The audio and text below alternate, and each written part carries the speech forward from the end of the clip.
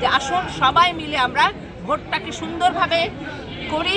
যেই ক্ষমতায় আসুক সে দেশ চালাবে, জনগণ যদি তাকে রায় দেয় এটাতে আমাদের কোনো আপত্তি নাই। কিন্তু ব্যক্তিগত কাদা ছুড়াছুড়ি, ব্যক্তিগত প্রতিহিংসার রাজনীতি করলে ফ্যাসিস্টরাই লাভবান হবে। আগামী 12ই ফেব্রুয়ারি অবাধ এবং সুষ্ঠু একটা নির্বাচন উপহার দেবে অন্তর্বর্তীকালীন সরকার। সেই নির্বাচন উপলক্ষে আজকে আমাদের প্রচারণা শুরু হলো।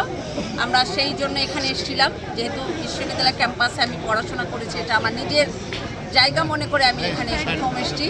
আমি মিজানুর রহমান মিনুর স্ত্রী হিসাবে তার পক্ষ থেকে সবার কাছে দোয়া চাওয়ার জন্য এসেছি।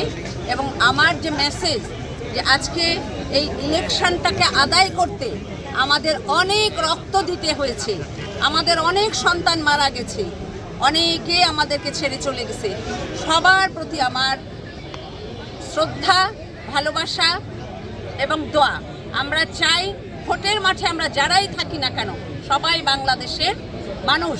জিয়াউর রহমানের দর্শনই এটা ছিল যে বিভেদ নয়, আমরা সবাই মিলে দেশটা গড়ব।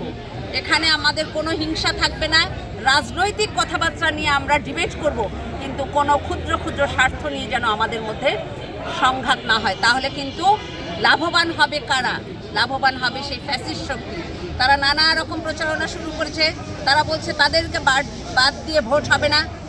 পরপর 3টা ইলেকশন কাউকে তারা তোয়াক্কা করেনি। আজকে যে ইন্ডিয়া বলছে যে কি ইনক্লুসিভ, কিন্তু সুজাতা সিং যখন এসেছিল, যখন এরশাদকে বলেছিল ইনক্লুসিভ নির্বাচন, তখন কোথায় ছিল? তাদেরকেও সেটা বুঝতে হবে। ভারতের জনগণের সাথে কিন্তু আমাদের কোনো শত্রুতা নাই, কিন্তু হিন্দুত্ববাদী মোদির সাথে আমাদের শত্রুতা। সে মুসলমান নাম দিয়ে দিয়ে বাংলাদেশের পুশ করছে। তাহলে হাসিনা সহ যে 300টা এমপি পালিয়ে গেল, বর্ডারে যে মানুষ মারে, ঝর্ণা দাস, আমাদের ফেলানি, তো আজকে 300 এমপি হাসিনা সহ তারা কি করে জামাই আদরে মোদির কাছে আছে? সেটাও আমি প্রশ্ন রেখে গেলাম।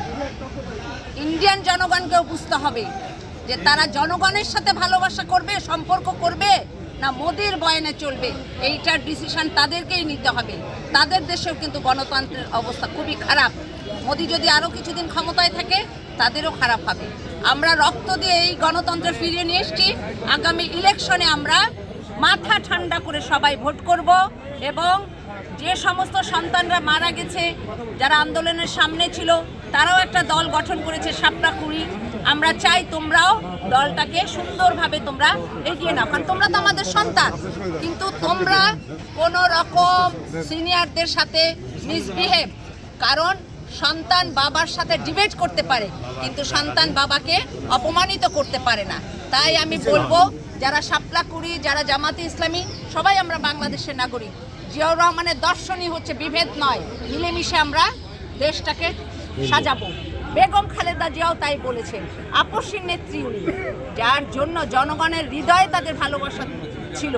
জনগণ তাদেরকে, জিয়াউর রহমানের জানাজা আমরা দেখেছি, বেগম জিয়ার জানাজা দেখেছি, তাকে রাষ্ট্রীয় মর্যাদা। এখন তো বাংলাদেশ জাতীয়তাবাদী দল ক্ষমতায় নাই, কিন্তু আল্লাহর তরফ থেকে কিন্তু উনি এই সম্মানটা পেয়েছেন, কারণ উনি দেশ ছেড়ে যাননি। উনি বলেছেন এই দেশের বাইরে আমার কোনো ঠিকানা নাই, এই দেশের মাটি আমার, এই দেশের জনগণ আমার পরমাত্মীয়, আমি তাদেরকে ছেড়ে কোথায় যাব না। উনি মুখের কথা কিন্তু কাজে প্রমাণ করে দিয়েছেন। সেই জন্য সবাইকে বলবো যে আসুন সবাই মিলে আমরা ভোটটাকে সুন্দরভাবে করি।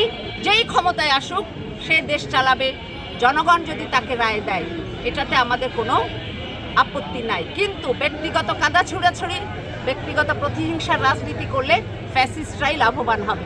এই বিষয়ে আমাদেরকে সবাইকে সতর্ক থাকতে হবে। ধন্যবাদ সবাই।